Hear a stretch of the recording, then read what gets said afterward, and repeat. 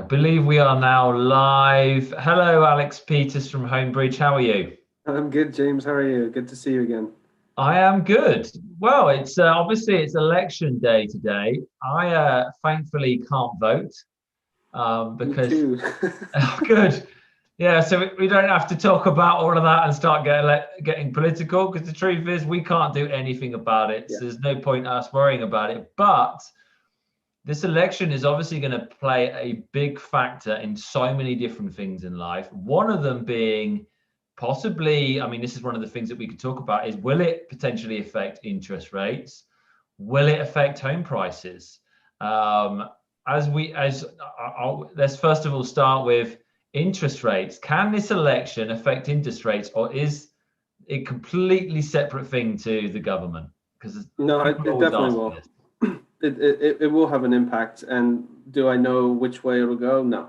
Um, but if one person gets elected versus another one, the market's going to respond differently. And the people that are the institutional traders who kind of drive the markets, they're going to trade based off of what happens and what they predict each president will do. I think personally, I think some of the predictions and the pricing that we're seeing now, the predictions have been baked into the pricing, if that makes sense. They've kind of anticipated what they think is going to happen. But I definitely think over the next, I don't even know if we're going to know by tomorrow, honestly, but over the next few weeks, we're going to see some changes in the rates. And the reason I say that is historically, the last 5 elections, rates have gone up right after the election.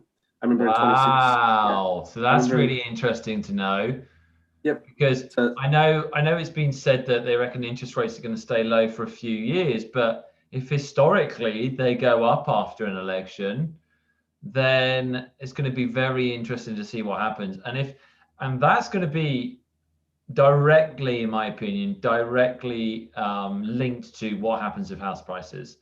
And I think it is going to have a big difference who gets in. It's going to be very dependent on different states, different areas. There's going to be so much that goes into this. But there's a lot of people who hate one side. A lot of mhm. people have said to me, if so and so gets in, or if this so and so stays, then I'm moving. Um, Your house. yeah, yeah, exactly. I'm here. And so it's one of those that it is going to be interesting. I think everyone just wants it to be done. Whatever side you're in, we want it to be over and done with, and then we can plan accordingly and then get on with whatever's going to happen. I mean, interest rates now still unbelievably low. Are they still, around the freeze, or have they dropped below it again? What's the deal with interest rates? So middle of October, maybe the third week of October, they had risen to the highest point they had in about a month or two, but they've dropped back down again. I literally compared our last conversation, which I think was September 30th, to today. There's no change on VA, so we're still at 2.25 on a loan size under 510,000. Yeah. If it's above 510,000, you're looking between 2.5 to 3%, depending on credit. Same with FHA, 2.25 if you're under that 510,000 limit, and then above that, it's about 2.75 to 3%.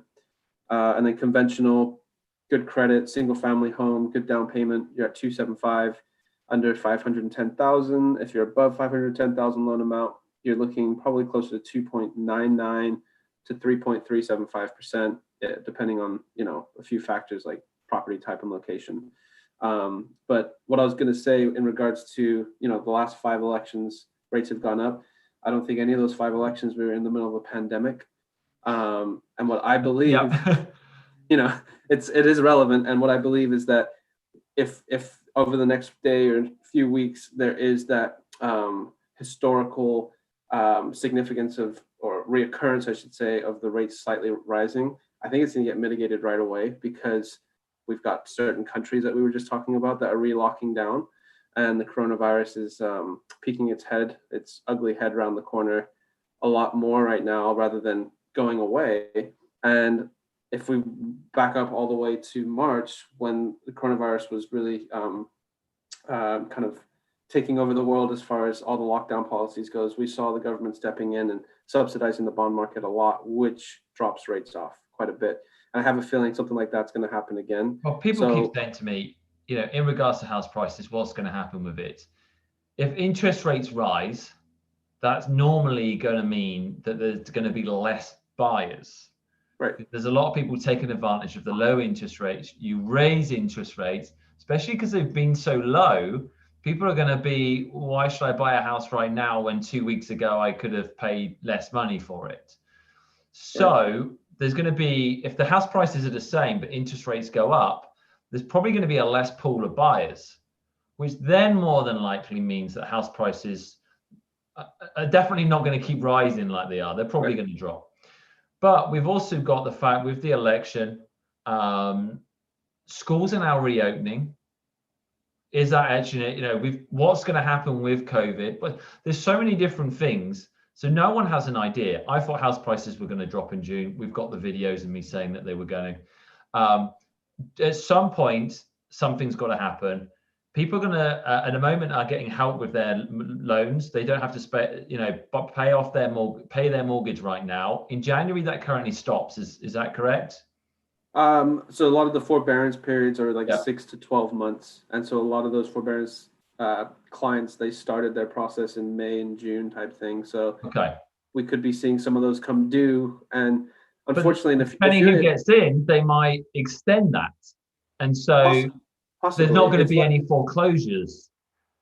It's a big maybe, because some lenders, it really varies from lender to lender. Some lenders only offer 6, some offer 12, some longer. But the biggest thing is that clients, and if you're listening to this and you're in forbearance, sometimes just don't understand what they're in and what they're going through. And it's just so important that if all of a sudden you're getting a letter in the mail saying you now owe 12 times this payment or 6 times this payment, because that is what forbearance is. It's delaying your payments, not pushing them to the end of the loan. You got to, at the end of that 6 month or 12-month period, you got to pay it all back. Stop what you're doing. If you're freaking out, give me a call. I'll help you to get in the right answers. But basically, you want to call your servicing company, the company that is doing your mortgage, and say, hey, I'm in a pickle. What can we do? Is there a loan modification? Is there a refinance option? Can you extend this? Can we set up deferred payment plans? I don't know what the answer is because each lender is different, but there's always something. And that's probably the number one reason why foreclosures happen, is they didn't explore other options. I follow how many people are, the foreclosures and everything, and that hasn't jumped up, because right now the situation is people aren't going into foreclosure because of the fact they're getting help. And also, obviously, people have a certain amount of savings quite often as well, especially in California. We are from a very affluent place where there's a lot of people with money that they could survive for a certain period. But this election could change things. Interest rates could change things. Also, schools opening up. Before, in the spring, people didn't move house for the kids' schools. Why? The kids weren't in school. What's the point of moving to a nice school district if the kids aren't in school? If things open up, then we might start seeing people move. Vice versa. If we go back into lockdown again, there's a very big possibility that we could go into a full lockdown again, then what might happen is people won't be moving at all again. So what's going to happen? You've got no homes. If interest rates stay low, we might see house prices rise. We have absolutely no idea what's going to happen in the future, but there is no physical way that house prices can rise forever. At some point, they do drop down at some point, and we can't keep printing money forever. This virus is costing us money. Businesses are going under. There's things that have happened which we cannot take back, which will mean at some point that needs sorting. So the funny thing is when people say to me, will house prices drop? Yes, they will. When they will, no idea. It could be 3 months' time. And this is when everyone says, I'm waiting until after the election. By the way, after the election, the day after the election, when it's announced that Biden gets in, Biden doesn't get in the next day. He's not in power, sat at the White House, and then changing the rules 2 days later. It's a whole process. So I can't see house prices changing in the next 3 months. 6 months, maybe 9 months, 12 months, 18 months, 24 months, 34, 6 months. We have no idea. So if you're waiting till January for house prices to suddenly be different, I cannot promise you that they're going to be. I think we have no idea when it's going to happen. And I still believe that more than likely what will happen is how interest rates will rise, because historically interest rates rising means house prices dropping. I don't think there's ever been a time in life where we've had really low interest rates and really low house prices. No, they're somewhat inversely related. And So, if you need to sell your house and buy a house, it doesn't really make any difference whether you buy high because you're going to sell high, or if you sell low and buy low. That doesn't make a difference. If you're renting, it's one of those, you just got to look at your situation. And everyone's situation is completely different. From a personal point of view, we were going to wait to buy, and we looked at it and thought we can't buy the house that we really want to, but we could rent the house that we really want to. So we decided to rent. But then another opportunity came up, and I looked at it and thought, oh, I'd have liked to have bought that one. And so there's part of me that regrets it, because we could have actually bought a house that wasn't perfect, but we could have made it into a really nice house. So everyone's situation is different. And I think it's really good just to chat to your lender, find out what your loan payments would be right now. Because if you're looking at buying a house right now, and the house you want to buy is less money per month than what you're renting, and you're going to be buying this for a few years, it's just a no-brainer to just buy. If you don't know what you're going to be doing in 6 months' time, then you keep renting. But chat to me or Alex, and we'll be able to, help point you and just give you some direction financially right now where you would be in regards to your loan and stuff. Another thing I want to mention is whenever I meet someone, they always say to me, "Oh, I'm covered with the loan. I use my bank." It's the answer you always get. And I always say to them, whenever you do anything financial, if there are financial options out there, to always chat to as many different people as you possibly can. I've got a client right now. They said they were fine. I said, please, can you just speak to Alex? And you've got them a lower interest rate. And they've even even given you a client, it sounds like, because their bank can't give them the lower interest rate, and they're going to pass them on. So I highly recommend shopping around. Don't just talk to you. Speak to your bank. Speak to a couple of people. I normally say with realtors, speak to 3 different realtors. You're going to have the budget realtor, the one who's going to say, I'll do your listing for 1%. And you're going to have the budget lender, the one who says, I'm going to give you the best interest rate you can ever imagine. But the truth is like both of them, they probably won't give you the greatest customer service. And you might not close on time. The deal might fall through, and you might have problems, because these are things that both of us have, I've called you before and said they decided to use this person. 2 weeks into it, they've come back to us and said, it's now going to be a 60-day close. We have a 30-day loan. Can you close in 14 days for us? These are the types of conversations that we regularly have. And same with agents as well. I get calls from someone saying, can you sell my house? And it's just like, your house is on the market. No, we can't. You've listed it with someone else. Yeah, but they're not doing a great job.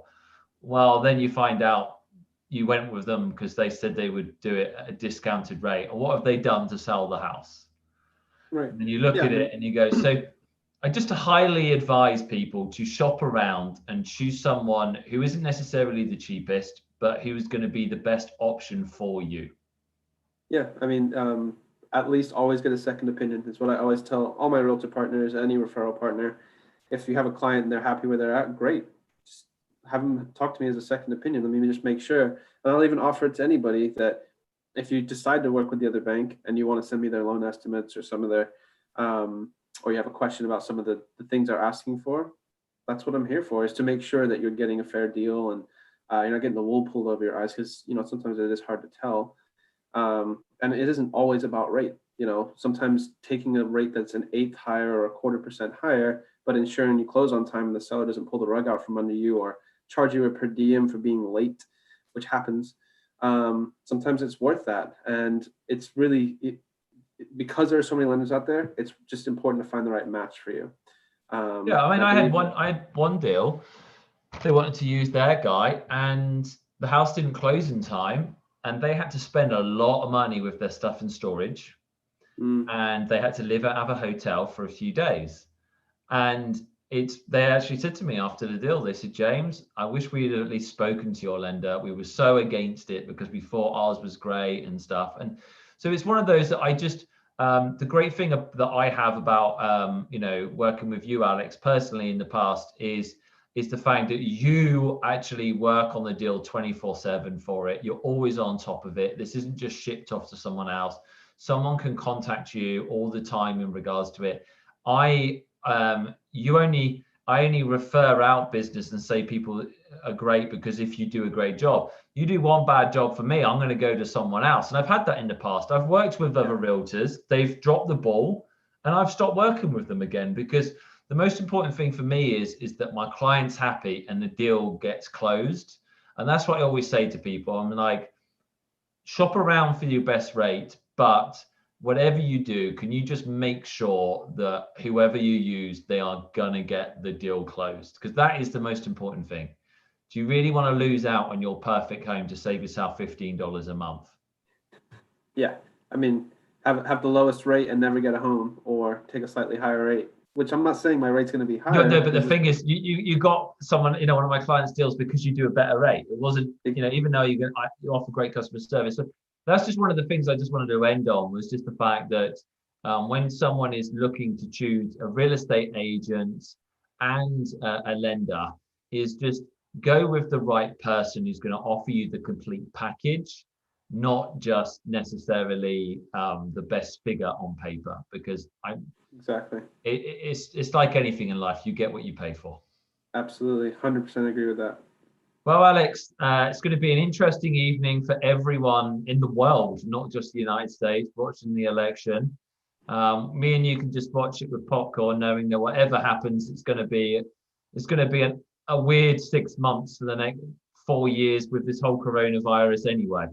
Yep, just strap in and just remember you are in control of your own destiny at the end of the day. Yeah, the world is not going to end. Exactly. If someone does or doesn't get in. Exactly. Yep, soldier on. Cool. Have a good one, Alex. All right, cheers, James. Have a good one. Bye.